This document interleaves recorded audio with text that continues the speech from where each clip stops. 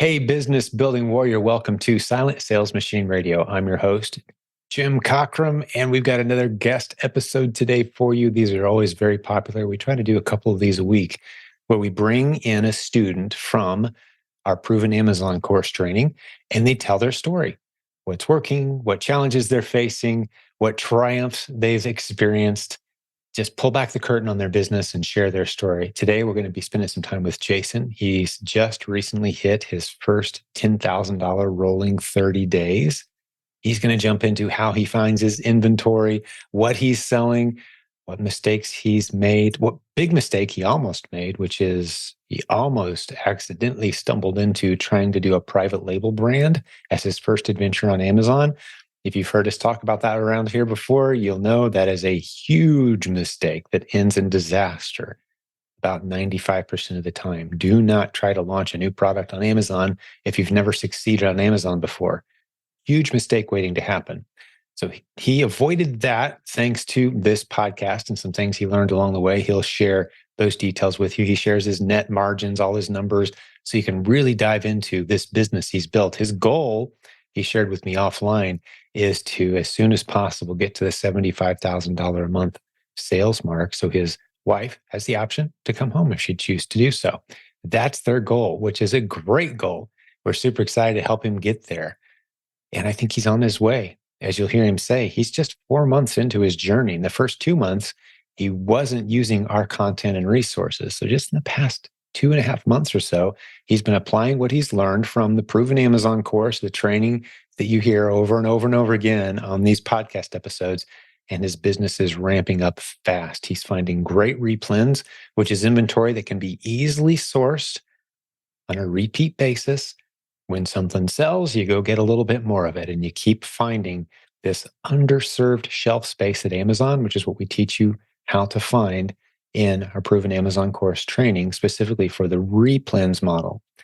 Now, if I haven't explained it to you in a while, the Proven Amazon course is a library of content, everything from people who have no clue about selling online. They've never done anything in e-commerce before. They've never had any success before.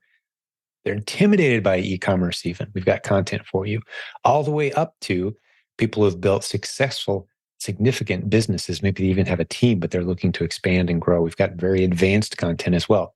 Think of the Proven Amazon course as a library of all the content for all the different business models using Amazon creatively. And the content grows with you as your business grows. You're learning what you need as you need it.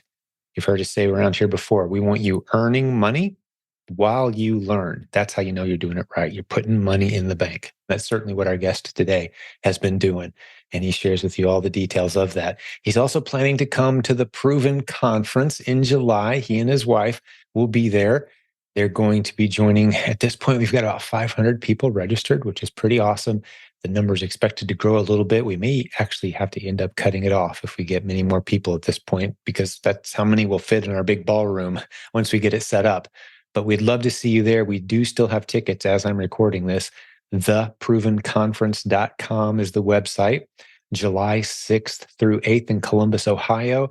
Come join hundreds of students who listen to this podcast, dozens of which you've heard on this podcast, our most successful students, a whole bunch of our coaches. We have about 60 coaches. Most of them will be at the event this year with us as well, training over 40 breakout sessions for all levels of e-commerce and Amazon experience. All kinds of new creative ideas being launched this year as well. Something we talk about on the show today, our new bot sourcing strategies. Those are going to be talked about a lot at the conference. That's launching very soon at provenbotsourcing.com. Go get on the waiting list. It may have launched already by the time this episode airs, actually. So go check it out. Some great early bird discounts there on that brand new sourcing strategy that's coming. But all kinds of topics. I'm not going to dive into those. You can go to the website, theprovenconference.com, and see all the stuff we're talking about there. Like I said, our guest today and his wife are coming. We even spent some time discussing today. Maybe this is you. Do you have a spouse who's not really into e-commerce, but you are?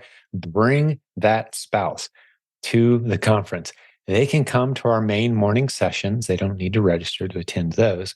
They can attend my wife's breakout sessions. She talks about what it's like to live in an e-commerce entrepreneurial household and navigate business, life, and family matters under the same roof all day, every day, and they have a good time. I think they spend a lot of time making fun of some of us e-commerce entrepreneurs, but they always have a great time. Great relationships are built. So bring your non-entrepreneurial, non-business minded spouse if you got one, or if they're business minded, well, yeah, they have to come. So either way, bring your family. Let's all hang out. If you have questions about the conference, you can contact our support team. There's a link, as always, at silentjimdotcom to our support, to our coaching, to the Proven Amazon course, and to our free Facebook group. Great resources, including links to all of our past podcast episodes, too, all at silentjim.com.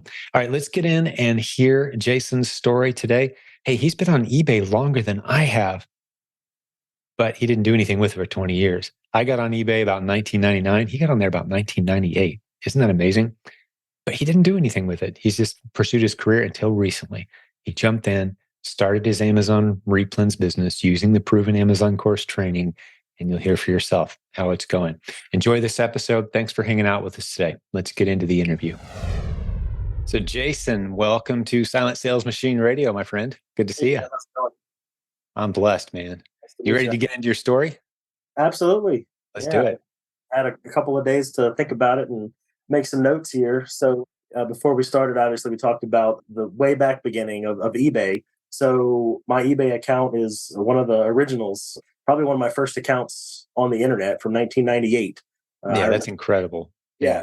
I did a little bit of selling on it back then, but nothing crazy. I was 16 years old and selling random things here and there. That was back when you also you could go to, let's see, I lived in Charlottesville, Virginia, and in one of the strip malls there was a store where you could bring your stuff and they would list it and and pack it and ship it and do all that, and of course take most of the profit. Right. So, well, you notice those stores aren't really around anymore. Yeah. Do you know what shut them down? I've talked to a good handful of owners, because it seems like a lucrative model. People bring in their stuff and it's all consignment and you keep a piece of everything it sells, right? Yeah. What shuts them all down is that people come in and they want to talk for endless hours about their junk. And no one makes any money talking to old Uncle Eddie about this big old basket of junk he brought in, and you don't want to hurt his feelings, right? Like those kind of, it just really drags your whole system down. People just dragging their junk in, because a lot of the stuff that shows up in those places is just trash. I imagine Uncle Eddie probably also overvalues his box of junk. Oh, he always does. He doesn't get what he wants out of it. And if I can't get at least $1,000 out of this, no deal, man. You're like, you should take this all straight to the dumpster, buddy, but I don't want to hurt your feelings. Like that's really, the model just kind of attracts those people out of the woodwork, and it's hard to sift through all of it. Yeah. But anyway, that was your start. As with me, for those who don't, or listeners don't know, I started on eBay probably about a year after you did.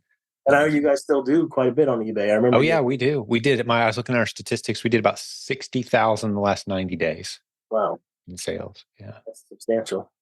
Yeah. It's a good piece of the pie for us. I hope to be there on Amazon one day soon. So I guess fast forward a couple of years to like 2004, 2005, I had a boss at work who was going through a divorce, and he wanted to sell a bunch of stuff, and he didn't want to go drag it all down to the shopping center and sell it through the store. So I came over to the house, took a bunch of pictures, and I did all of his listings on eBay.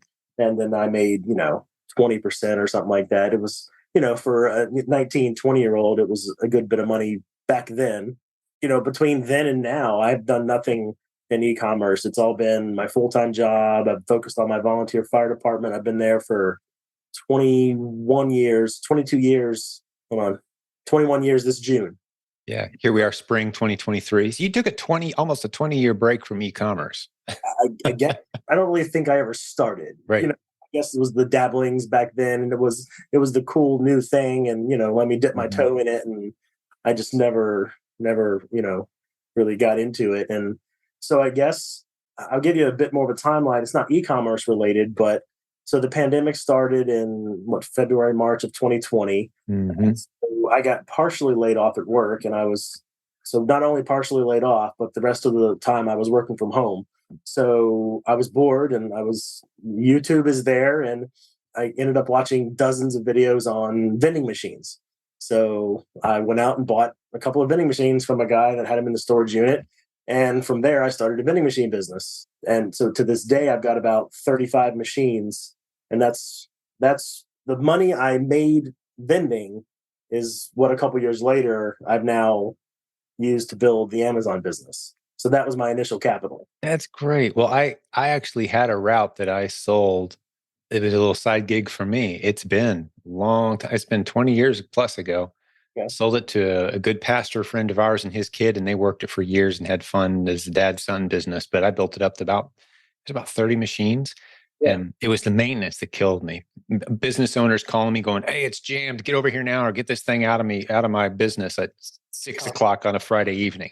Like, oh man, that was the painful part. But this as a cash machine. And actually, a little history. You probably don't know this. Most listeners today might not, although I've shared this story. It's been a long time ago.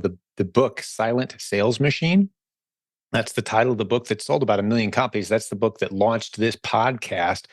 The 11th version is just about ready. Keep an eye at silentsalesmachine.com for that. But it's named after that concept that I learned from vending machines, like this quiet little machine that just produces money for you. I wanted to treat the internet that way. I wanted the internet to become this quiet running machine, the silent sales machine.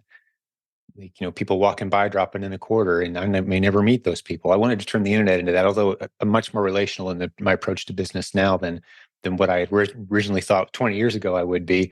Yeah. Every customer is a potential lifelong friend now. But back then, selling random stuff to strangers that you'll never meet, and that just appealed to me. They're happy, the transactions happened, money's in the account.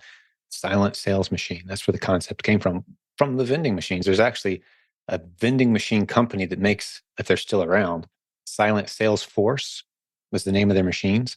I just borrowed that, said Silent Sales Machine, and titled the book, and the community was born from there.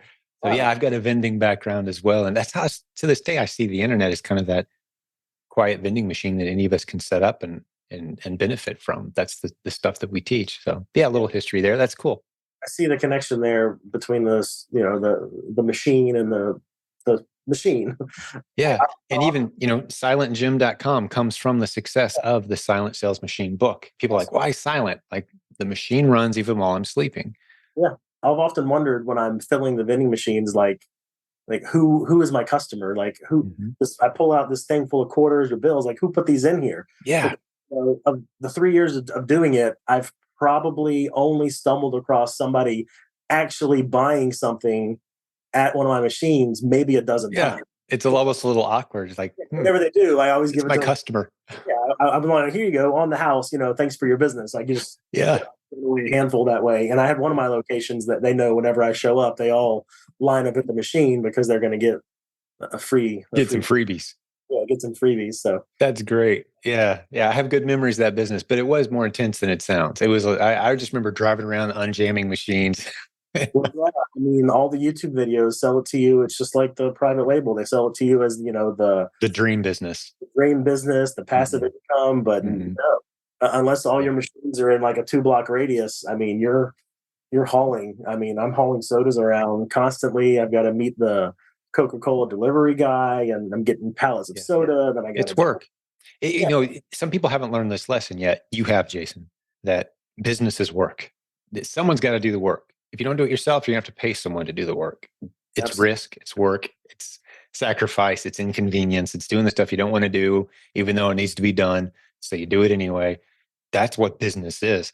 And so people looking for this shiny object, push a few buttons, make a lot of money, think that stuff. If it works, it's going to work for a few weeks and it's going to be destroyed by, everyone looking for the easy gig.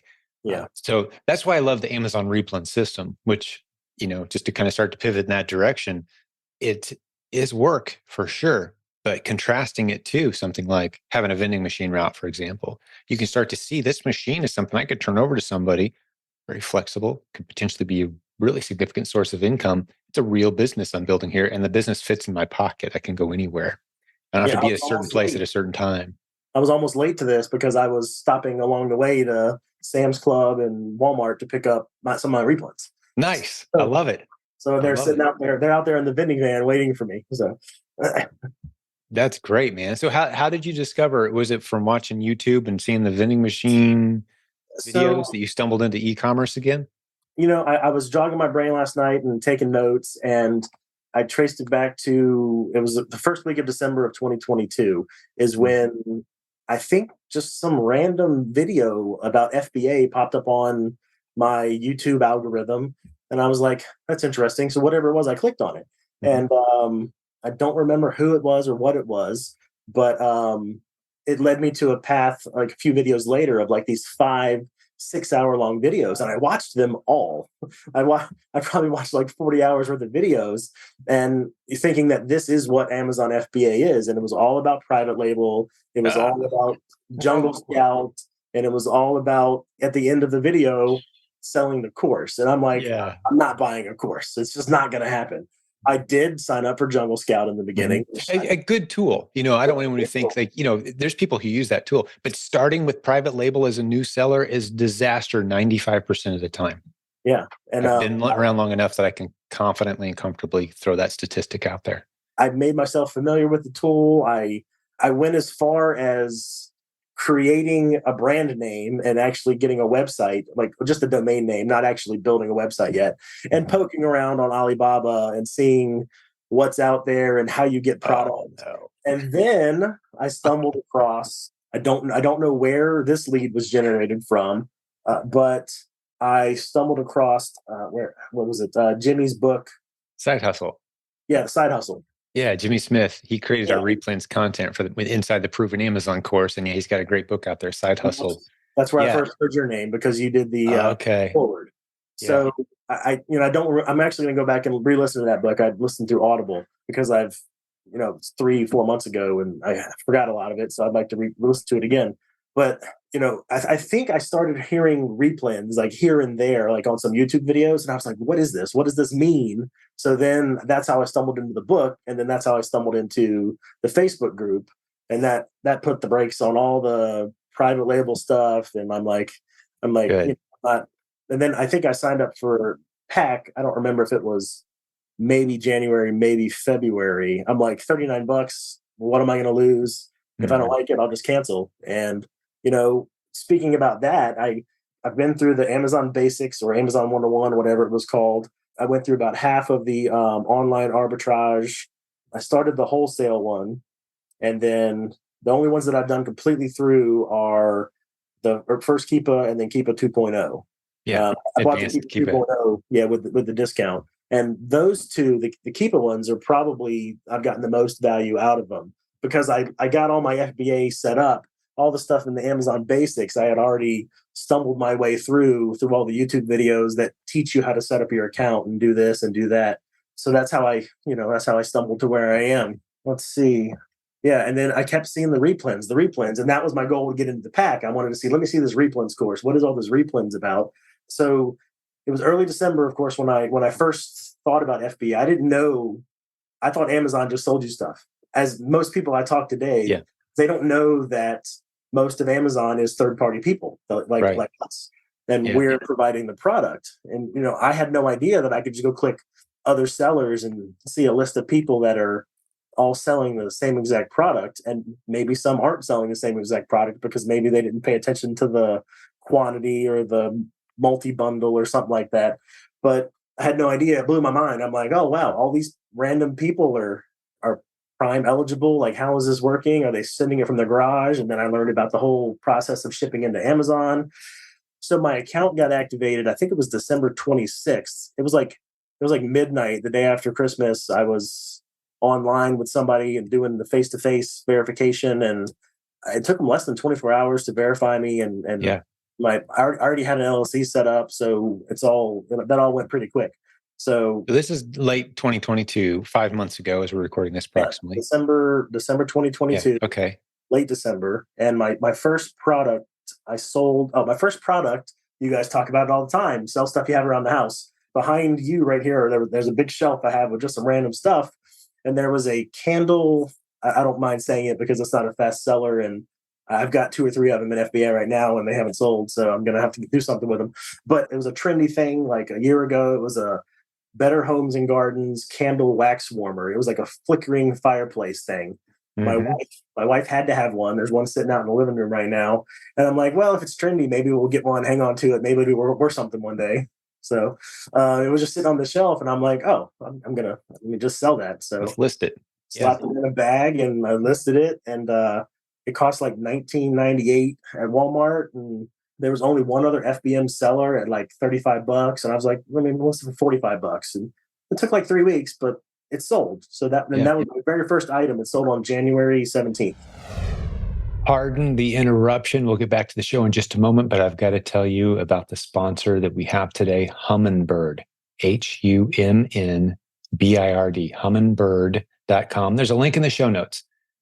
They provide services for all your trademarks, corporate setup, branding, marketing, and tax advising as well as we enter that time of the year where taxes are on the mind of especially those of us here in the United States. How do you most efficiently handle the challenges of making sure you get all of your deductions, taking care of all your tax concerns, making sure you do it right without paying too much as an e-commerce seller, as an Amazon business building warrior? They've got some incredible services that you should go check out at humminbird.com. That's spelled HUMNBIRD.com. Let's get back to the program. It took like 3 weeks, but it sold. So that was my very first item. It sold on January 17th. That's fantastic. Well, let me fill in a couple gaps for the listeners. You said, just sell stuff around the house. We're talking about those first handful of sales, things that are in the box, still in great shape, or you sell them as used, possibly. We actually discourage people from selling liquidations, closeouts, bargain bin pallet kind of stuff on Amazon, simply because at some point it's inevitable. You're going to be asked to prove that inventory has a trackable, traceable history back to a valid distributor or valid manufacturer.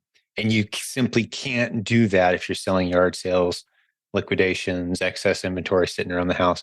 Your first few sales, that's fine.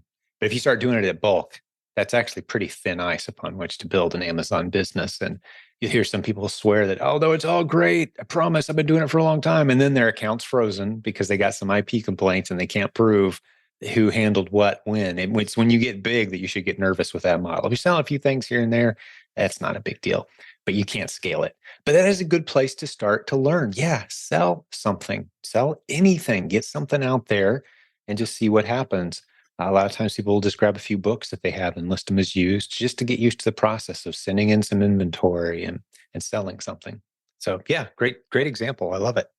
Yeah, so that's what got me started. That was the first. I went and got the 30 up labels, and I learned how to print on those, and learned the hard way that if you print one label, now you got to turn the sheet around and you got to do the whole thing. And now all the ones in the middle are just peel and stick things for me to cover up barcodes. But since I've got a Rolo printer, I actually have two, one for the shipping labels and one for the FNSKU labels. So Yeah. but yeah, so I started getting all that set up, and one of my first trips, like shopping trips wise, was a local. I don't want to call them a liquidation store, but Ollie's. I guess they buy, from. I guess it's liquidation stuff, but it's still, traceable. I get an itemized receipt saying what I bought. Yeah. And Yeah. That's one of those gray areas where you're probably okay, but I'm not 100% ready to sign off on them because I have like ourselves, my own Amazon business. We bought something there. There was an IP counterfeit claim complaint. Like, no, here's the receipt. It's legitimate. And they came back, the brand owner came back and said, actually, no, you've got counterfeit goods.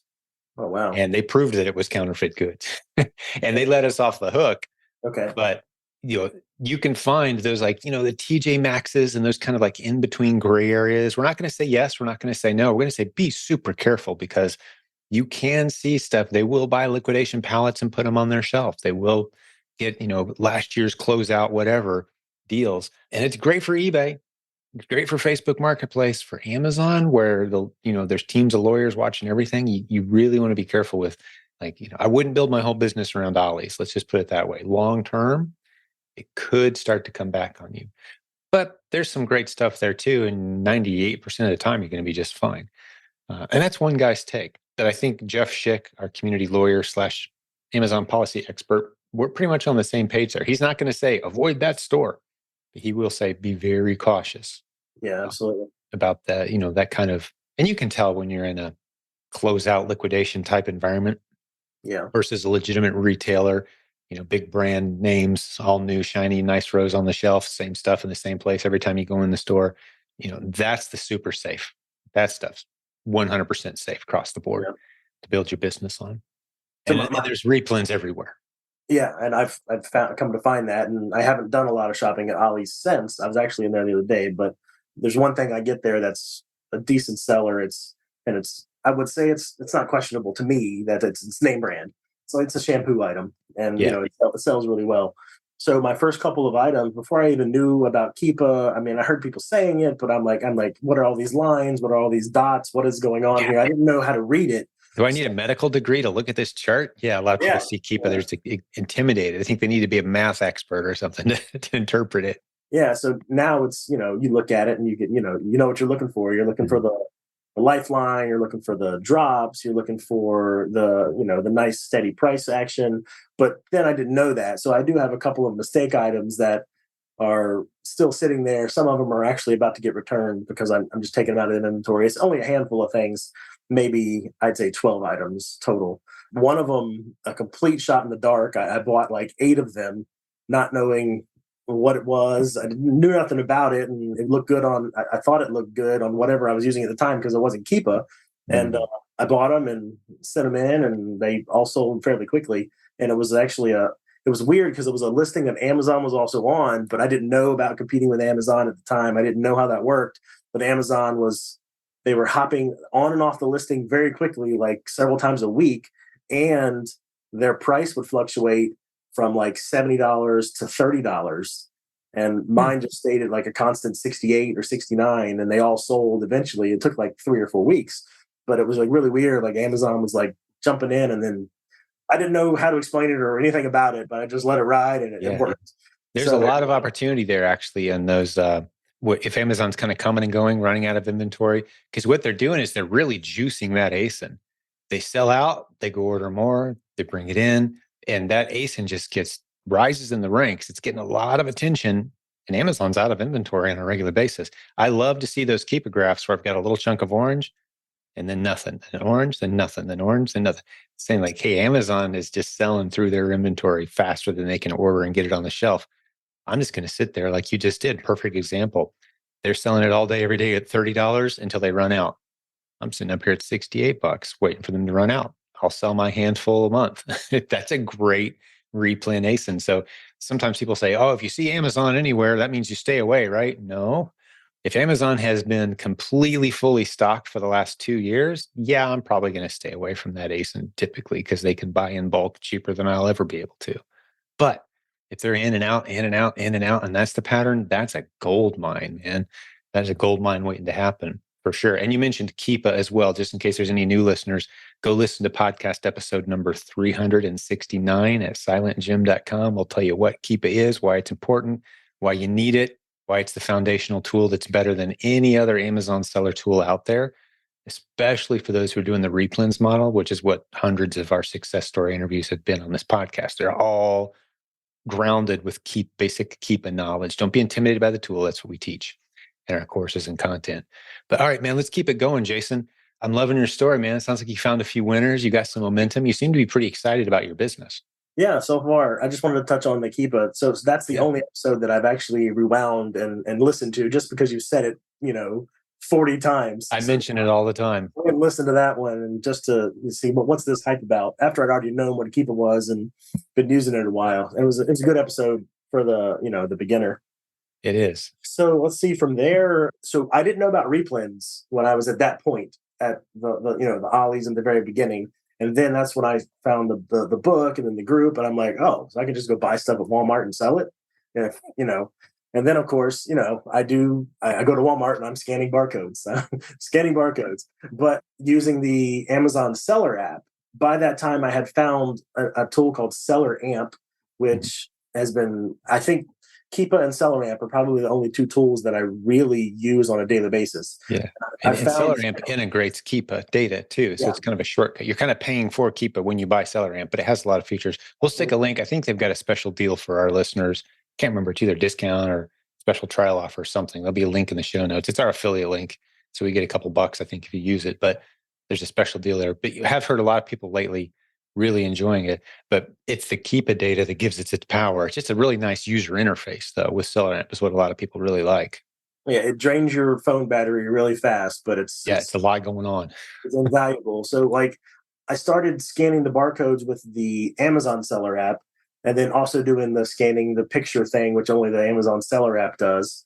And then quickly found out that you don't see all the ASINs that you need. But in seller amp, it actually I at least I think when you scan a UPC, it does show you not only the listing that has the UPC attached to it, but it does show you other listings that are similar that could be multi-packs or related. Other related, yeah, it does a little bit of digging for you. Yeah. It's not as no digging is as good as sitting down like you're a shopper on Amazon.com and plugging in a brand and just scrolling. And Yep. do the same thing on your phone, because the Amazon shopper app on your phone is very different. Amazon.com on your phone is different than Amazon.com on your desktop. So there's 3 different ways you can just kind of scroll through.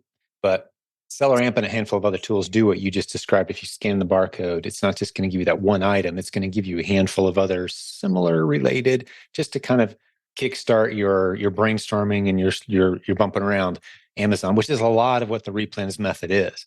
It involves a lot of intuition and kind of knowing what you're looking for as you scroll down the page, looking for those overpriced, fast-moving ASINs, for example, and then beginning to sell against them alongside the other sellers. So you're developing some instincts there, it sounds like, as you're starting to do your research. Yeah, so I started out with those, and then as I was listening to the podcast and then the Facebook group, they're like, "Why are you scanning barcode? You need to be typing these things in." So then I literally spent, I think, one like evening, like maybe 4 hours on like the canned goods slash like condiment aisle of Walmart, and I'm just started at the top and started typing stuff in and going down the list. Didn't find anything. Actually, I think I found one, but I was gated in it, so I couldn't sell it. So that was my first experience with that. So speaking of being gated, I guess you'll probably explain that after I say this, how you always do. But I was able to get ungated in, once I learned all about it, I was able to get ungated in grocery and gourmet food immediately through my invoices through Coca-Cola. So I just sent Nice. those in, a little jump start there. So I had that whole category, which helped a little. But as most people say, don't worry about getting ungated because it's just going to happen. So now you literally click 2 buttons, 5 months in, you click 2 buttons, you do a couple check boxes, put your email address in, and 90% of the time you're ungated. Yep. And if it doesn't ungate you, you just go to the next ASIN. Right. So. Right. And and because you've listened to a few episodes recently, anytime someone says gating, I know that's a big buzzword. That's a big excuse that a lot of people use to say, oh, this is more complicated than I thought it would be. It's one of those challenges that you'll have as a new seller for a month or two, and then it will never be a challenge to you ever again. And like riding your bike, yes, you're going to wreck a couple times. Get through that, you're going to be good to go. So there's a handful of categories. We've mentioned them so often, I've pretty much got it memorized at this point. But the safest categories to jump into as a new seller, where you're going to experience the least amount of gating, are pet supplies, not pet food, arts and crafts, home goods, kitchen, that sort of thing, housewares, and I'm forgetting one. I said arts and crafts. What's the other one? Sports and outdoors. But then very quickly, after you sold 30 or 40 items in those categories, where so much is ungated, it's pretty wide open for most new sellers. You can get into food very quickly. And then, like you said, anytime you run into being gated, you just say, hey, I'd like to apply to be ungated. Click the button. Congratulations, based on your sales history, you're approved. Yay, go sell that item. It's really not a complex thing. And I cringe when I hear people paying $600 or $1,200 or buying a course about getting ungated. It's like, no, don't do that. It's just a matter of selling a few items and the gates fall open for you. But yeah, thanks for bringing that up as because we have a lot of new listeners who listen to this and like they're trying to anticipate some of those challenges they're going to hit. And that's maybe a good chance for me too to point out, did you jump into a Kickstart group by any chance, Jason? I did, but I didn't follow through with it. You didn't take advantage of it? Because that's one of the things that it's a one-time $40 fee.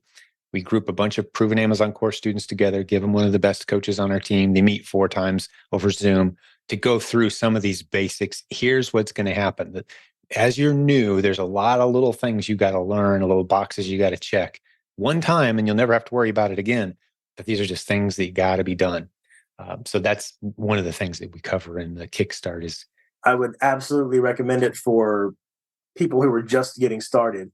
I was slightly more advanced at that point in time. And I was like, well, let me go spend my time doing this while they're setting up their account and I'm over here sourcing products. So sure. I'm at another stage, but there's nothing absolutely against it whatsoever. I think it's a great idea. And then I think one of your podcasts, you mentioned that those master those Those automatically, groups. not automatically, those groups organically turn into mastermind They groups do. as time Yeah, goes we on. didn't anticipate that when we started it, but we've done maybe 30 Kickstart groups at this point, maybe more. And they launch every 7 to 10 days or so. We've been doing it for several months. And we have noticed that, because they each get their own Facebook group and they all get each other's contact info, most of the groups continue meeting on their own well after and just love the relationships and the camaraderie and, the challenge and encouragement of just kind of taking the process together as a group because it can become a very lonely business very quickly and that can slow you down just psychologically, spiritually, mentally, emotionally. Doing stuff alone is just so much harder than So that's where I regret not fulfilling the commitment to it, just because I missed out on the opportunity to potentially make those connections, which now a couple months down the road are realizing how beneficial they could be.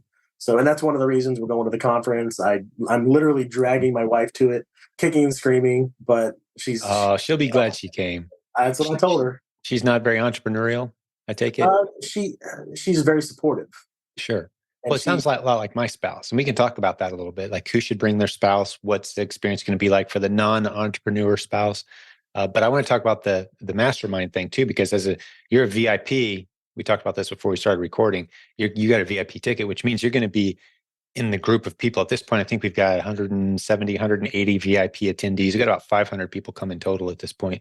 But the people who come VIP, there's going to be a session that I'm going to lead, and you will have taken surveys before the event. We're going to break you into mastermind groups of other people who are taking their business seriously. They're getting some momentum. They want to be in a group of others that they can encourage and who can encourage them and spur each other on. The iron sharpens iron type of thing. We're going to be very intentional at the event to launch those groups and equip you guys to continue meeting together on a regular basis to help build each other's businesses. I'm really excited to do that. We've never done anything like that before. I can't wait for that session. But let's talk about your wife coming to the conference. Of course, Jason and I are talking for the listeners' sake. We're talking about The Proven Conference, July 6th through 8th, 2023. The website is 3 words, theprovenconference.com. There's a link in the show notes. But if you've got a non-entrepreneurial, non-business minded, non-e-commerce minded spouse, absolutely plan to bring them. For one, it's just a nice break, get away, enjoy the city. Columbus is beautiful. Come a couple days early, stay a couple days late. It's right around July 4th. Many people are going to celebrate the 4th right there in Columbus, coming in early because the event is the 6th through the 8th, but our room block is extended several days before and after the event. So you're paying $130 something per night for $300 a night rooms. Great venue, great event. But there's going to be sessions at the event where even an unregistered spouse or partner or business partner, whoever's with you, if they're not into the business, they can attend these sessions. My wife leads, it's a very popular session. It's how to have an entrepreneurial household, what it's like to run a business under the same roof where you do life and you do marriage and you have, if for us, we homeschooled, answering to some of those questions of what the reality is being married to that entrepreneur who's always dreaming up those crazy ideas and working all hours of the day. And we've navigated that. That's been our reality for 20 years. It's always a great session. And she doesn't have to register to attend that. Although if she is registered, she can attend all the sessions. Obviously, it's 40 sessions over 3 days. But the ones with my wife are wide open to anybody to attend, even if they don't have a ticket. So there's my So, little pitch for, yeah, absolutely bring your spouse. And I think she'll have a great time. I think she'll really resonate. My wife is not entrepreneurial at all. She's very artistic. And they have a good time kind of making fun of the crazy entrepreneurs in that session. And some lifelong friendships have formed out of that because we do put our spouses through a lot as entrepreneurs. We take them on a pretty crazy ride, roller coaster ups and downs and celebrations and defeats. And we kind of live day to day based on our numbers sometimes. And that can drive a spouse crazy. yeah, your wife's the one of the reasons she's coming. So I guess you had a podcast episode So since I'm listening to them backwards, I don't remember which one it was, but there was one where your wife might have been on. I can't remember. And then, or you talked about that particular session where they Mm. make fun of, entrepreneurs, and it's really lighthearted and anybody can come. I'm like, oh, well, I'm going to get her to come with me. She's going to go to that. And then she's going to be like, oh, okay, this works. Let's do this. Yeah. And Yeah. she was like, well, then what am I going to do the rest of the time while you're in the other sessions? I'm like, I don't know, get your nails done or something, or go, There's hang out, plenty to do. go hang It's a out in beautiful, Columbus. safe downtown. Yeah. And the opening session each day is one that she'd probably enjoy. It's a more general, very welcoming for new sellers, as well as people who are just considering it, as well as, maybe family that's there that isn't necessarily doing the business. They're just kind of there supporting. Our general sessions are open to anyone as well. Our morning, the first session each day, it's the breakout sessions where you got to have your name badge and be registered. But the general sessions in the morning and my wife's sessions are going to be just wide open for Well, anyone. that's what I didn't want her to miss some of that stuff. So once I got her to commit to go, I'm like, okay. So I went ahead and bought us both regular general admission tickets. And then we were talking about it, and then I was explaining to her the difference between that and the VIP, and then the massive discount you get being a pack course member sold us right into the VIP tickets. So I Nice. contacted the office and I got those upgraded because she didn't Nice. be wandering around Columbus without me. So now she has the ability to attend all the same sessions, and then of Yep. course the free And lunches. really nice lunches as well. That's right. A couple lunches during the 3 days right there on site in a room right next to the main ballroom where we're going to be in the morning. So yeah, she'll find plenty to do. I'm sure she'll find some other people like, hey, you guys want to go to the zoo? Like, let's let our nerdy entrepreneurs do their thing. They've got a beautiful zoo in Columbus. Well, So awesome. plenty, Loves middle of animals. summer So, should be a really nice yeah. time for those who aren't in the sessions. So bring your family. Absolutely. This is a family friendly. You're going to see a lot of kids. You'll see 10-year-olds with business cards at this thing, man. It's crazy. You got a lot of homeschool entrepreneurial families and a lot of kids building their businesses. We got a teenager coming from Canada. We're trying to figure out the visa issues, getting him into the country and getting his hotel room. And he's built a beautiful business. Yeah, it's gonna be a fun crowd. Yeah, I'm looking forward to it. So we're gonna drive up. We're in Virginia, Central Virginia, so we're gonna drive up and pass through Pennsylvania and do some stuff while we're there on the way in. So Nice. it'll be a long weekend. So looking forward to it. That's great, man. So yeah, I'm so glad she's coming. What's her name, Jason? Cynthia. Cynthia. All right. Yeah, looking forward to seeing you guys in July. Yeah. All right, man. Let's keep your story going. How's your business doing, man? Share with us some numbers or some of the products that you're selling without creating any competitors for yourself. How's business? I've learned not to do that. So after I started with those initial one offs or onesies twosies, and then I got into the replens, and then that's when I started really finding stuff. I think I found probably 80% of my products through the storefront stocking through SellerAmp. Mhm. SellerAmp has an interface that makes it really easy on the website to click and look through somebody else's store, and it puts the keeper graph right there. And I've probably found the majority of them right through there. I've probably found, so I hate to say this, but I went in deep with a bunch of tools in the beginning, which I probably didn't need. Actually just canceled tactical arbitrage yesterday because I'm not ready for it, and I'm going to use that money for Jeff Schick instead.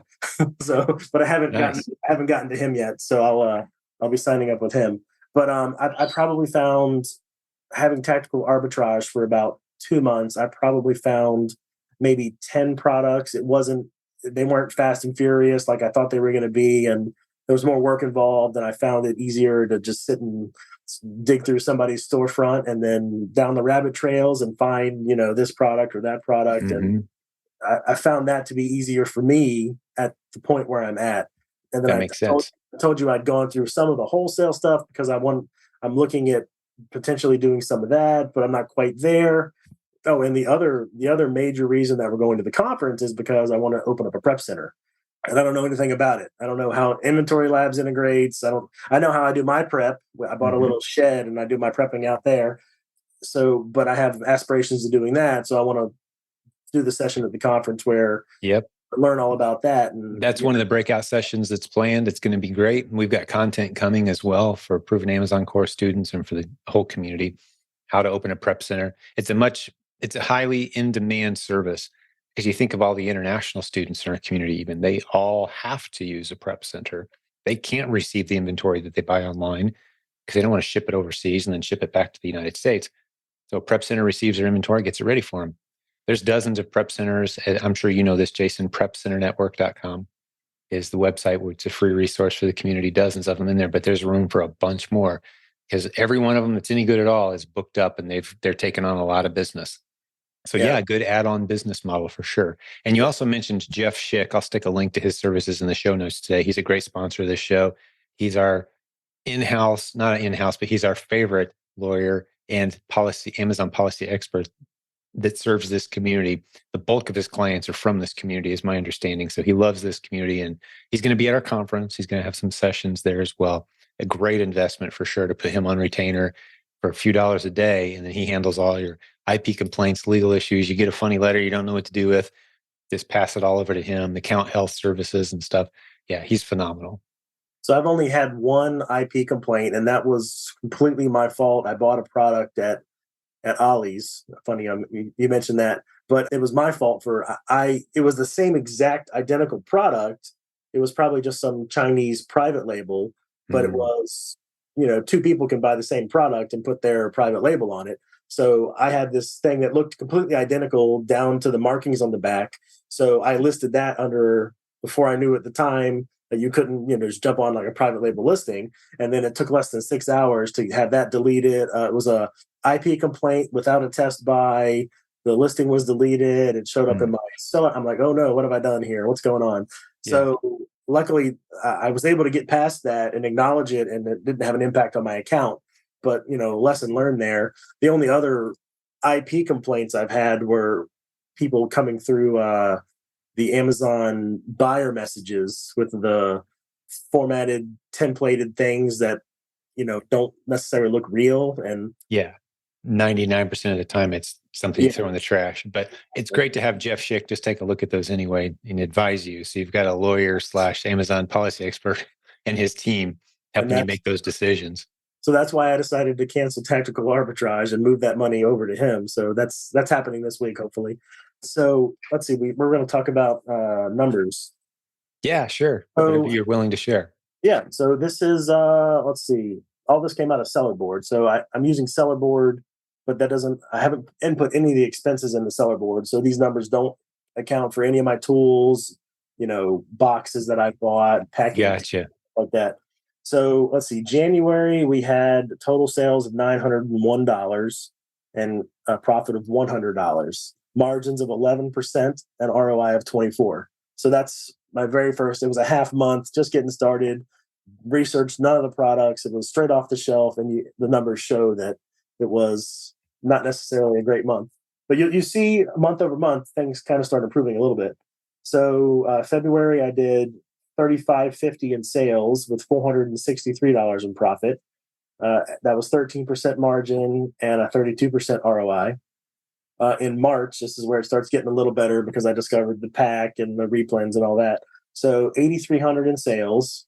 This is my favorite because my profit was $1,776. It's a good year, 1776.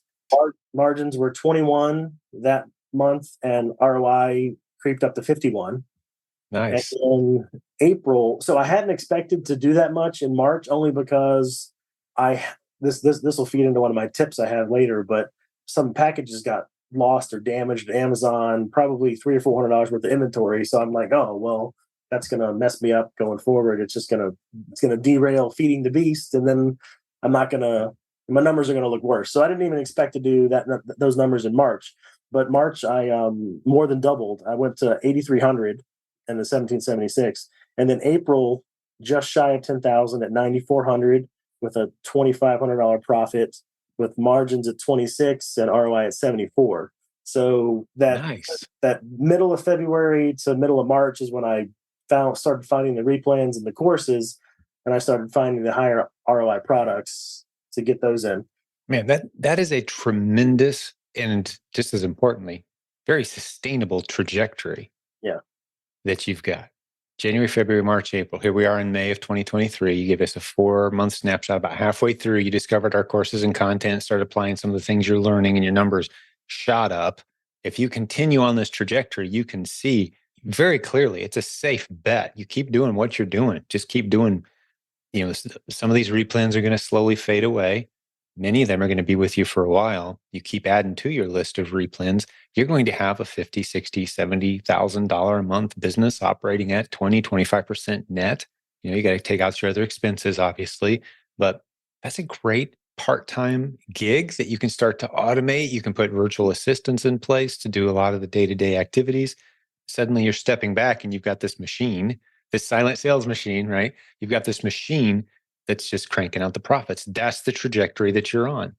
Well done, man. That's pretty humble beginnings. I appreciate the transparency. $900 in sales, only made $100. Yeah. Bumped your head and stubbed your toe, and that's just a few months ago. And now you're hitting 10,000. It feels like it was yesterday, but like all the months are merging together, and it's like I told you before, like it's a big thing, and it doesn't feel like an accomplishment to me. But I step back and look at other people's stories, and yeah, it's huge. Listening to their stories on the podcast, mm-hmm. I don't feel like I'm part of that. It's hard to explain. No, because you're aware of how much work went into it, how many hard questions and how many times you guessed and how many times you used your instinct and you were wrong. And it's just like, I kind of earned more than this, I think, at this point. We all kind of feel that way with our businesses. But then suddenly we hit that curve. It's this slow build and then it's just like, boom, and then it all pays off. But during that slow build, it can be kind of painful. I'm like, man, this is a lot of work. I mean, I have a lot of questions. But then once you hit that curve, and suddenly for far less effort, you're seeing far greater results. That's what we call it, kind of like the light bulb moment when it all makes sense. It's like, okay, wait, if I can find a handful of ASINs a day that are good replens, I've got a $50,000 a month business within a few months, assuming I don't make any stupid decisions along the way and think that I'm smarter than the system. That's really it. That's it, man. And you can automate every piece of it. That's the trajectory that you're on. So you're doing it.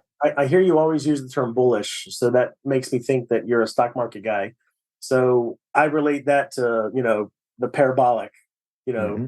the stock just goes parabolic. It's just treading along. And then one morning at 9:45, it just straight up. So May, I've done, we're halfway through May and I've done 5,700 in sales with 1,600 in profit.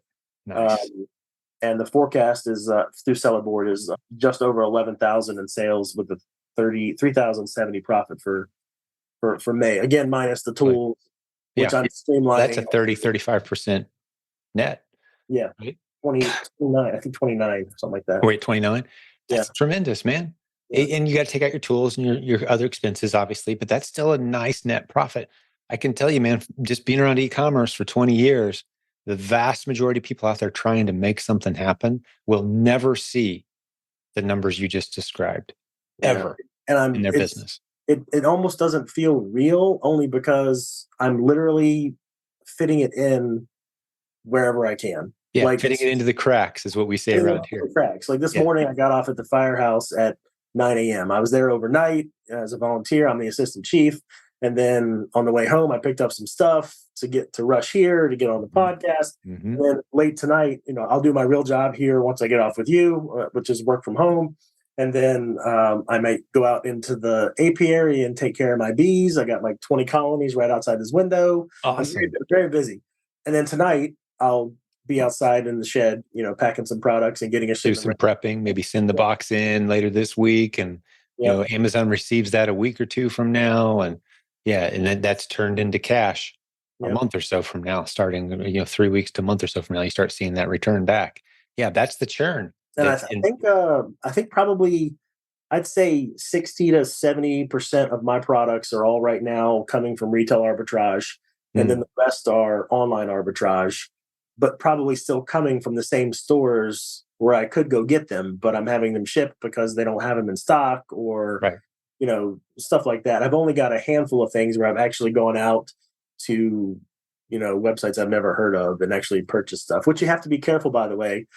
So one product I was sourcing, it was a lava lamp, and I found it on Amazon and it had a handful of sellers. I'm like, oh, this looks great. I can make like $12 per. And then on SellerAmp, I hit the little Google button to search for the product. And I'm looking at the top, here it's $22, here it's $36, here it's like $12. I'm like, oh, I'm going to click on that. So I clicked on the $12 one and looks like a perfectly normal website. And, I went all the way through and I put them in my cart. They're like, oh, we'll ship it out here and here and here. And, my full-time job, I'm in IT. So I know about web security, but this website fooled me. So I put my credit card information in and I pressed submit. Nothing happened. On my end, nothing happened, but they got my credit card information. But I guess the website was designed to stop right there, making me think nothing had happened. Mm. So, and then like 2 days later, I banked with Navy Federal. They got in touch with me and said, oh, somebody is trying to, it was like Dallas, Texas, like at a IHOP or something. Somebody's trying to use your card. I'm like, oh, like that's not correct. And so I thought back to that website. I'm like, that was kind of fishy.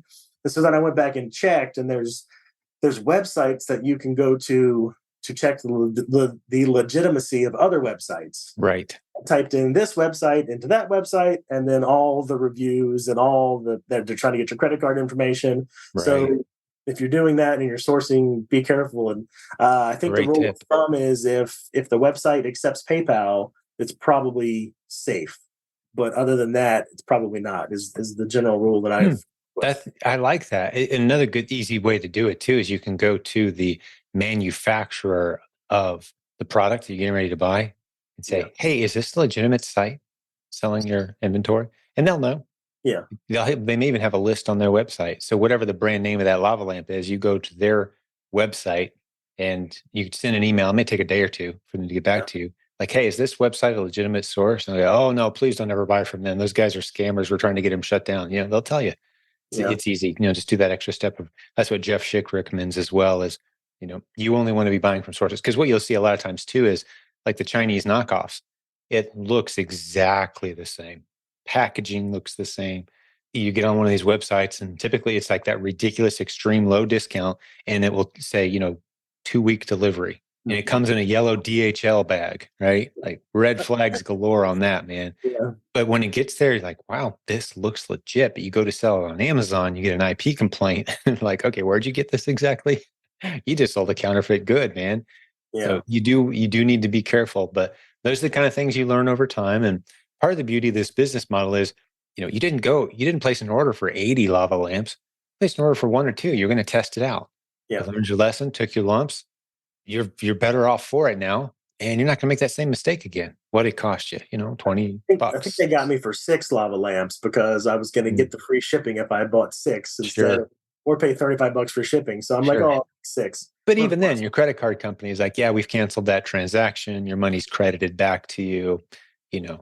That's the beauty of using a credit card to do your shopping. The companies have your back. So ultimately, you weren't out that money. It was more the inconvenience and the lesson, right? yeah, and it was a lesson. But I mean, if I had used a different bank, maybe their fraud protection wouldn't have been as on top of things, and Yeah, maybe sure. that transaction at IHOP would have gone through, and nobody would have known. There's no Hmm. telling. So Yeah. Yeah. Who knows? Yeah. Keep an eye on your credit card statements for sure. Yeah. Go over those with a fine absolutely, tooth comb. That's just basic, being smart with your money.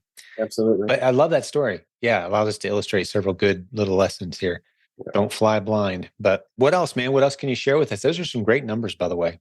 Let's see, another thing that helped me boost some of those numbers. I don't recommend this because it was probably an error on my part, but it paid off in the end. It's one of those gambles that I didn't know what I was getting into, but luckily it paid off.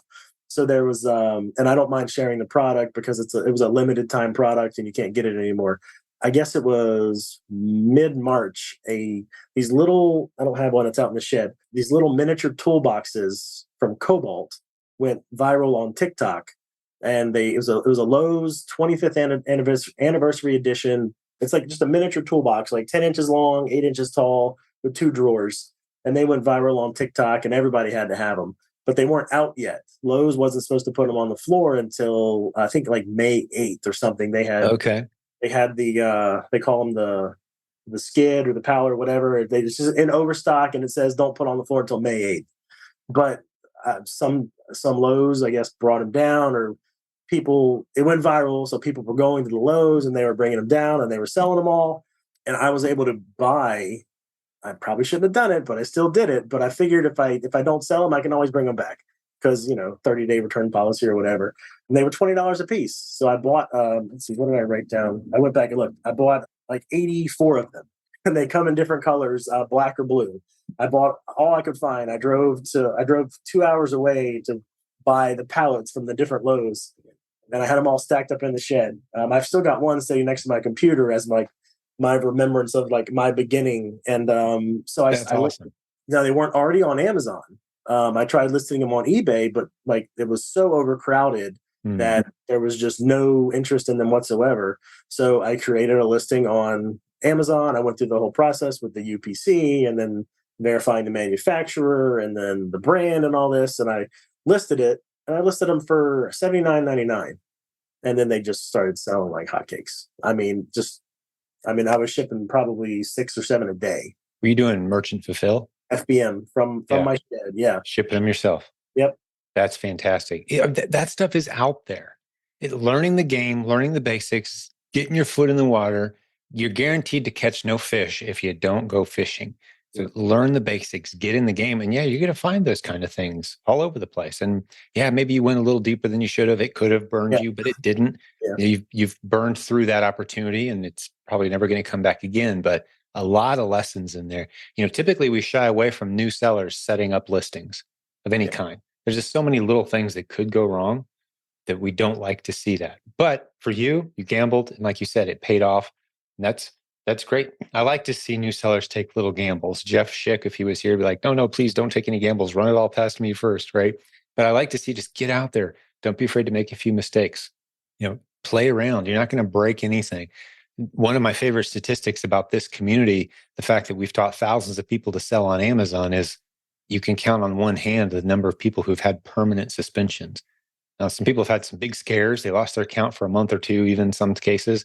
But eventually, it all works out, and they're back in the game.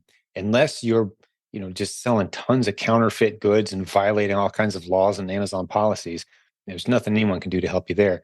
But if you just make an innocent mistake, Amazon's typically going to slap your wrist. Don't do that again. Tell us you've got a plan of action here to avoid making that mistake again. We want you here selling. We need more sellers helping us keep our shelves full. So that gives you a little bit of a license to play, to have some fun.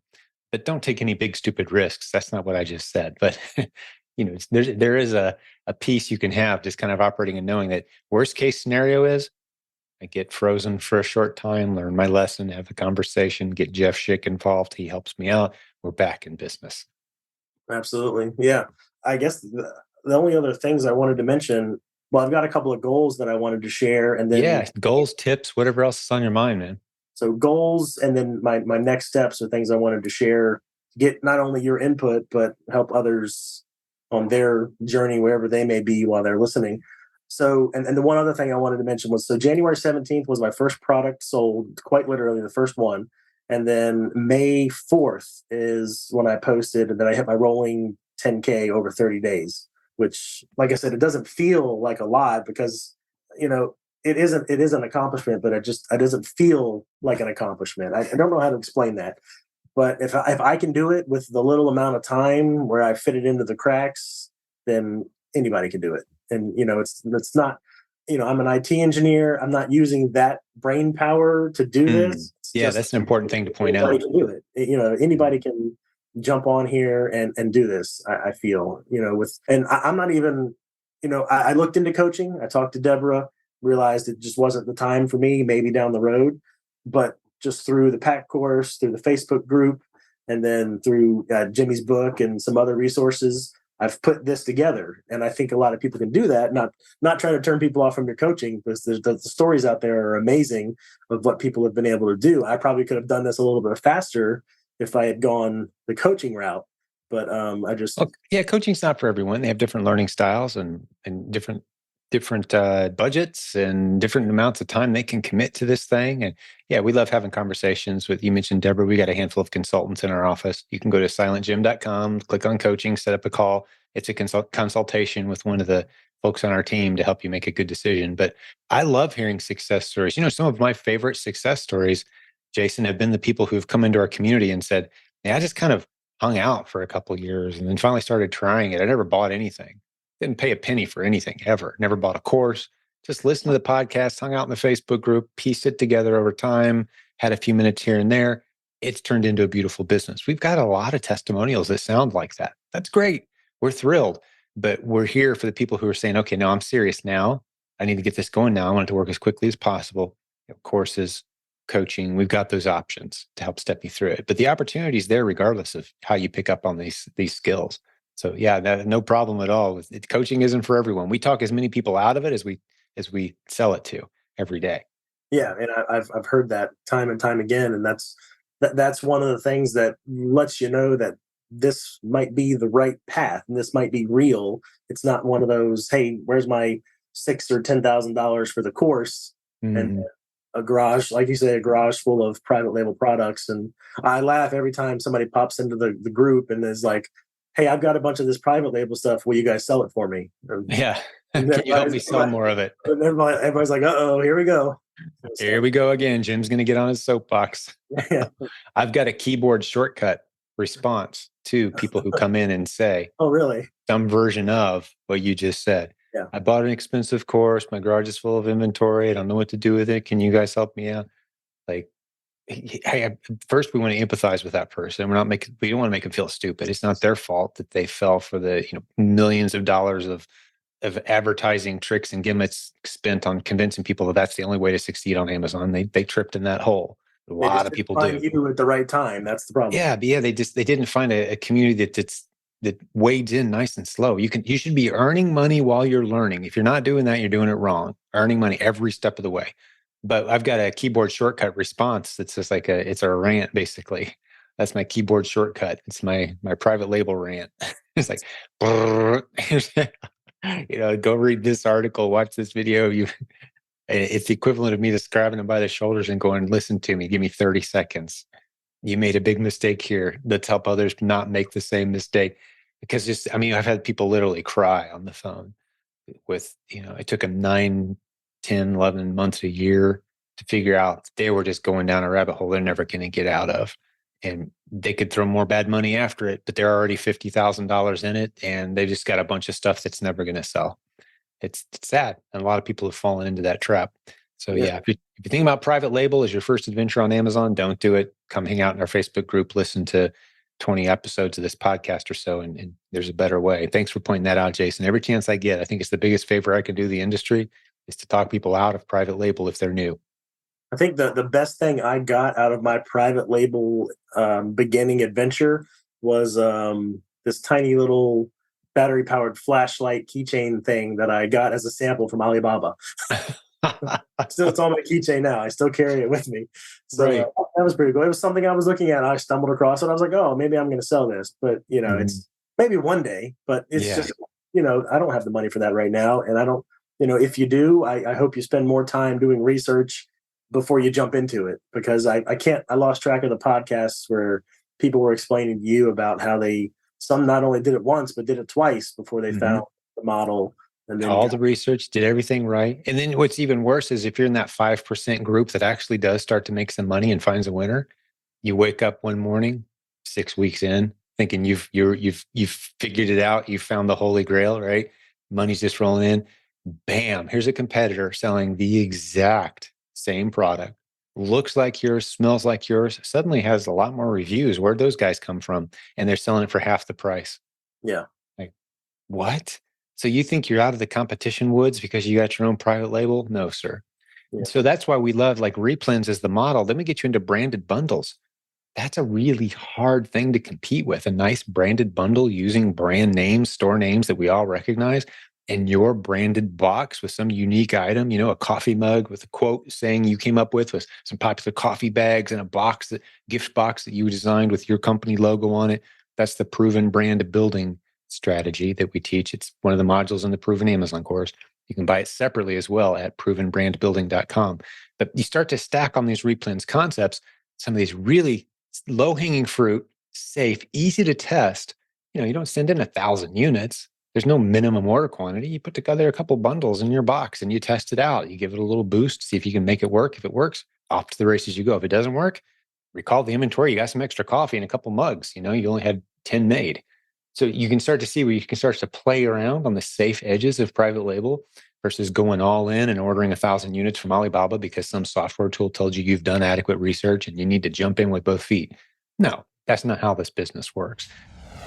Hey, we'll get back to the show in just a moment, but I want to tell you about a way to save a nice chunk of change on all your online shopping and in-store shopping by using discounted gift cards. We've got a new sponsor on the program with a free report they want to give you, no strings attached. Go to silentjim.com/gift cards. That's silentjim.com/gift cards, one word. It's in the show notes as well, that link. What they do is they put together a report that shows you all the places you can go to get great discounted gift cards. And they also offer the service themselves, selling gift cards to many online sellers, our community included. So it's a pleasure to bring them on board as a sponsor. Again, the link one more time, silentjim.com/gift cards for that free special report. Let's get back to the show. So you can start to see where you can start to play around on the safe edges of private label versus going all in and ordering 1,000 units from Alibaba because some software tool told you you've done adequate research and you need to jump in with both feet. No, that's not how this business works.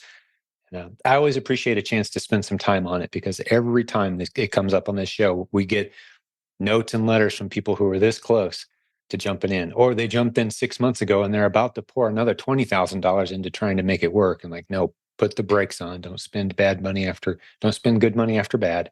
Pump the And brakes. if I didn't constantly, overanalyze and research everything I do, I probably might have ended up like that. You But almost certainly would have. Almost certainly would have. There's just enough success stories out there. It's kind of almost like the lottery, just enough people out there saying, yeah, look, he won the $80 million lotto. So everyone go buy a lottery ticket. No, it's almost that bad, just as far as the odds and the number of things that can go wrong and how much money. I cringe at how much money's been wasted and spent on people pursuing that when they could have been building a nice, slow, stable business model, testing small, learning little lessons along the way, put money in the bank as they grow and as they learn. That's yeah, the model we and prefer. that's exactly what I'm doing right now. I'm not taking a not taking a paycheck on it right now, and everything's rolling back into inventory. Mm-hmm. I reached out to a crew me just to see what their program looked like, and they have minimum requirements and time frame requirements. So I'm probably like 2 months and maybe a bit underneath their monetary number where I need to Mm-hmm. be to be able to qualify. So I think I've got something set up for them and to talk to Getting them close. in July or something like that. Yeah, So they'll be at the event. So be okay, sure to track them down. Yeah, I just saw them confirm here in the past few days. They'll be with us in July at the Proven Conference.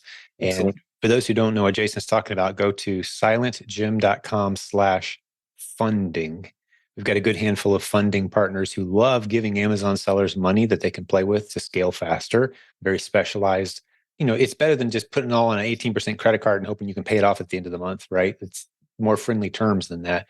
And with Accrumi, what I love about them, Jason, I'm sure you've done your bit of your homework, but they just slide you a pile of cash. There's no interest accruing. Keep it as long as you want. When you give them that pile of cash back, they get a percentage of the growth that's happened since they gave you the money. It's a pretty sweet model. If you don't grow, you just owe them your money back, right? If you kind of flatline for a while, like, I'm not making this money grow. And they're keeping an eye on it too. They're keeping an eye on your statistics. If things start to go south, they're going to say, hey, you know what? You need some coaching. You need some help here. It's like someone on your team sliding you some money that's keeping an eye on your business with you. We love working with those guys. I've gotten to know a few of them really, really well, and very creative solution for the industry. Those guys and seven-figure funding, they're good. I'll stick a link to both those guys in the show notes today for those who don't know what we're talking about and go research them. But yeah, what else you want to talk about? Any other tips or anything else on your mind before we start to wrap this one up? Let's see. Questions for me? One of the tips I had was, and this goes back to my lost shipments in the beginning, is don't use cheap boxes. Don't get the Mm, Walmart or Home Depot medium boxes. You can feel them; they got that little fuzzy texture on them, and the not only the tape but the stickers peel right off. I had 4 or 5 boxes in the van ready to go. They sat overnight. I showed up at the UPS store to drop them off, and then like the tape was peeling off. I'm like, good yeah. lord! Like they must, on the way to, once they get on the truck, it's going to be even worse. So Mm, I attributed my lost Now, I've had a couple of times where Amazon has miscounted things because I'm a stickler. I know exactly what went in the box, and I've only at one time I've had to send them receipts to prove that this was in the box, and they reimbursed me. But when the whole box goes missing, I'm like, oh, it must have been the tape fell off, or one UPS actually said, hey, the box was damaged, and we're going to return the sender. I never saw that box again. I don't know what happened to it. It was like $200 worth of products, but don't use cheap boxes. The one tip for finding decent boxes in your area. So I happen to have a relationship with my UPS store guy. I've known him for like 15 years. I've had a box there forever. So I went in there and I bought a couple of boxes from him. He charges an outrageous price to retail customers for like a 20 by 15 by 15. He charges like $6, where his cost on it's like, I think 350 or something like that. Anyway, he'll sell them to me at his cost. And then you look on the bottom, there's a little stamp. It tells you exactly where it came from. And so I reached out to the supplier. I didn't want to burden him and constantly buy boxes for him at cost. So I found a local supplier, which was the next town over, which I pass through 3 times a week. So I set up an account with them. So I buy the good non UPS branded boxes from them. Haven't had a single shipment problem since I've That's been great. using proper boxes with proper tape. So, Yeah. in the beginning, people are using whatever they can find, and that makes sense. If you're doing Hmm. all arbitrage, you're getting boxes, but the ones I get from Sam's and Walmart are usually beat up by the time they get here and not even worth reusing. So Great tips, man. that's the tip. Yeah. To don't use cheap boxes, and don't buy too many tools out of the gate. I've probably got when I had Jungle Scout and everything else, I probably had $400 or $500 worth of tools. So I've scaled back. The only thing I'm really using on a daily basis right now is Keepa, Seller Amp, Seller Board. I have Replen dashboard. I'm trying to learn it because I want to use it to be able to figure out how and when to buy and stuff. But I haven't dove too deep into that. So those are the 4 that I have, and of those, like I said, the 3 I use on a daily basis. But just Are you don't. using Inventory Lab to prepare your shipments? No, I do it all through Seller Central. Yeah, but many people do. Yeah, As you scale, you may find it a little faster to use another tool. yeah. Plenty of conversations along those lines in our Facebook group. You've got people that use Boxed, and you got people that use Inventory Lab, people that just use straight through Seller Central, which is free as a seller. But as you scale, you may find it a little more efficient to use a different tool. And the only reason I haven't done Inventory Labs is because I looked and I saw how much I was spending on tools and stuff, and I'm like, well, I don't want to throw another thing into the pile Yeah, here when I'm I doing get it it. through Seller Central. Hmm. And then so right now I'm printing my own expiration stickers independently. So you'll get a bundle will get do not separate, the orange sticker, and then it'll get an expiration sticker, it'll get an FNSKU sticker. So combining those into one less sticker, I think Inventory Labs will do, is something I'm looking at maybe down the road or something, which will lead into my next steps, which is the prep center, opening my own prep center, Hmm. not necessarily using somebody else's. And I know that's going to be critical to know Inventory Labs in order to do that. Yeah, So yeah, just and keep everybody. it's not complex. You'll get ramped up pretty quick. We mentioned Seller Board earlier, just to give them a quick shout out. Great sponsor of this program. Again, they're sponsoring the Proven Conference as well, but it's the preferred tool of choice for really knowing your numbers. You were rattling off your numbers earlier because it keeps track of all the Amazon's fees and the reimbursements and all of that. You can go in and really line by line, each ASIN, you can know, is this ASIN making me money or not? What are my best ASINs? Which ones are really making me the most money? You can really make some good decisions fast if you know your numbers. Seller Board's been with us a while now, a long time, several years, and they love this community. They've got a good deal at it's silentjimdotcom/numbers is the shortcut link, but I'll put a link in the show notes too. And it's pretty cheap. I think it starts at like $15 a month or something like that. So there's several tools here, and you don't want to let them stack up on you. But they're, for the most part, they're not expensive either. Some of the tools that cost hundreds of dollars a month, yeah, you don't want to get into those. But I do know, like the example I love using, Jason, since you've introduced this topic of tools and how many you use, that sort of thing. There's a couple in our community that built a 7-figure business using Keepa and the free Seller Central app. That's it. 7-figure Replens business using Keepa, Seller Central. That's all you need. People are like, what do you need? Like, that's all you need. Really is.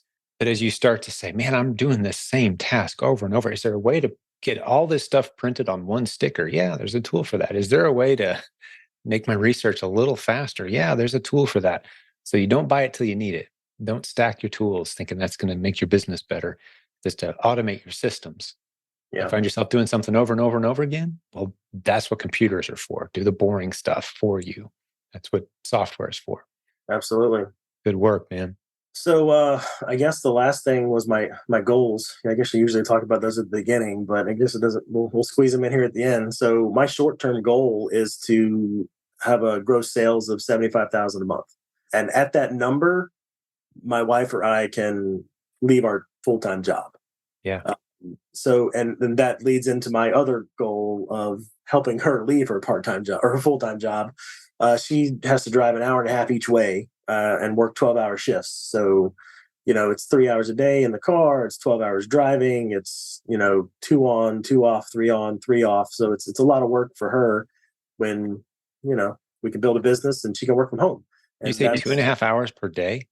well, it's hour and a half each way. So 3 hours commuting and then a 3 hours commuting daily. 12-hour shift in between there. So Man. she spent Wow. 15 She's a hours. trooper, man. Yeah. And she's been there for 11 years. Mm. Yeah. So we're trying to get her away from that if she wants to, Give her the option, right? absolutely. And so my ultimate reason for even starting this venture is more or less job security. So my company, my full-time company, has had layoffs over the last couple of years. We had one recently 2 months ago. So with the nature of the business, I think the writing's kind of on the wall. So like to have a backup plan, Yeah. like and Yeah. This could certainly, and the great thing again about one of the great things, there's many great things about this business model. I've seen multiple business models over 20 years. 90% of the time when I'm presenting and talking and teaching publicly this podcast, creating content, I'm talking about one model of the dozens and dozens I've seen. It's this one because once you've got this and you're right there, you've got it. You've got proof of concept. You're on a great trajectory. You're putting money in the bank. You're fitting it into the cracks of your life. You're scaling. You can start to stack other things on top of this. Like you're qualified right now, Jason, to be an Amazon consultant to brands and businesses that are trying to get on the platform. You know way more than they'll ever know. You've got the credibility, you've got the experience. There's a revenue stream for you, right? Start thinking about branded bundles. There's a revenue stream for you, another completely new direction to go. So it's not all about scaling Replens as big as you can and going all in on that. Although I do want you to stay at least 80, 85% of your time, effort, energy focused on continuing to do what you're doing, but carve out a little bit to start studying. I think branded bundles is the one. Once someone's got 10, 20, $30,000 a month, yeah, it's time to start talking about branded bundles and get some of those ASINs, some of your best selling replens, get them into bundled packs along with a complementary item of some kind that's going to be virtually impossible for your competitors to get their hands on, and create those bundles in your own branded box. Give it a little juice, a little pay-per-click advertising, not a lot. If it takes off, man, you got a winner. Some Yeah. print on demand. That's another topic we're going to have at the conference, the Proven Conference. Print on demand, meaning like, I've been sipping out of this mug the whole time we've been talking. What if you could get these tumblers with a quote or a saying or a business logo or something, that only you can produce because it's trademarked, it's associated with your brand in some fashion. And you either bundle that in or you sell it on its own as a gift and no one else can get their hands on it. So it's a low risk way to start to wade into the private label game. But I say all that because it's not just about, man, this Replen thing better work out for me long term. That's my 5-year plan. It's like Yeah. that's great. I mean, plenty of people are doing exactly that, and I think it's a very safe plan. But there's also many other multiple income streams you can stack around it and even get yourself off Amazon, like the consulting angle, helping other businesses get their brands on Amazon. There's plenty of people in our community. That's all they do is help other brands launch on Amazon. Great. We have great content and training on that. The Proven Product Partnering module is another module inside the Proven Amazon course that has launched several very successful careers for people who go on to just do the consulting thing as a side gig. Many of them stop selling on Amazon themselves altogether, just help other people do it. Yeah. So the world's wide open, man.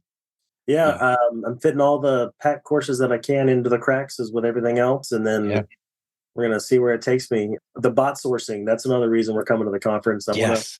want to be the first in on that. Mm-hmm. I've signed up for the wait list, So the bot sourcing and the prep center, those are the things I'm looking forward to while I scale the replens. Yeah, I'll stick a link to that in the show notes. It may even be launched by the time this podcast episode comes out. We're really close, but provenbotsourcing.com is, well, you can go to the website and check it out, but it's a very creative way to scrape retail websites and find potentially very lucrative, profitable, test-worthy replen ASINs that one of the coaches came up with. We've tested it on a good handful of our other coaches and good students on our team that kind of test stuff with us. Everybody's loving this thing, man, including my mom. She tested and played with it, loved it. She helps run my Amazon business. So yeah, we're super excited about that. We're just creating the content right now, and some of it's going to be pre-recorded because it involves online demonstration of tools and such. We've learned not to do internet-based demonstrations in front of a live audience ever, unless you absolutely have to, because something will go wrong. So we're recording that content right now, and that thing's going to bounce out pretty soon. But yeah, thanks for giving that a shout out. Anyone can get on the early bird wait list, and we'll have a great price discount on that content when it pops out. But it's been great hanging out with you, Jason. I love your story, man. Looking forward to meeting. You said, was it Cynthia? Is what you said? Cynthia, yeah. Yeah, looking forward to meeting you guys in July. It's going to be a great time. We'll be there. We're staying at the Hilton. Yeah. It's a beautiful hotel, man. A lot of brand new facility in that place for us as well. So I've never been more excited about the room rate. Sounds like a geeky thing to get hyped up over, but $139 a night for this place is a steal. It's phenomenal. So super excited you guys are going to join us. All right, man. Well, unless there's anything else on your mind, I think I'm going to talk to the community for a second. Did you get through your list? You got anything else for me? That's all I've got. All right, buddy. Appreciate it, man. Right, well, thanks for hanging out with Jason and I today, the listeners who spent some time with us today. You gave us a great gift. You gave us some of your time, and we always appreciate that around here. It means that we're providing value, that you hung out with us this entire time. If you want to hear a bunch of other episodes like this, different stories, people facing different challenges, making mistakes, the tools they're using, the inventory they're selling, how they're finding it, that's what our podcast is all about. We've got hundreds of episodes like the one you just heard with Jason today. And you can just scroll back in time, go to silentjimdotcom, dozens of recent episodes, a whole bunch from the past few years. I think perhaps more impressively, if you get into our free Facebook group, there's a link at silentjim.com to that as well. You'll see about 1,700 tagged posts of people saying, hey, I hit a new benchmark. Like that's how we found Jason today. I believe he said he posted, hey, I hit my first 10,000 rolling 30 days, guys. And everyone celebrates with him. And I reach out and say, how do you feel about maybe being a guest on the podcast, sharing your story? And those who agree and say, yeah, sure, why not? That's where our episodes come from. We're very proud of that here.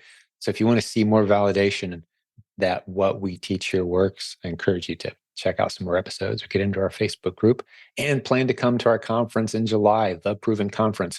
Even if you're brand new to selling on Amazon, you've never sold anything online before, we're going to have plenty of classes, breakout sessions just for those who are really new, trying to figure all this out.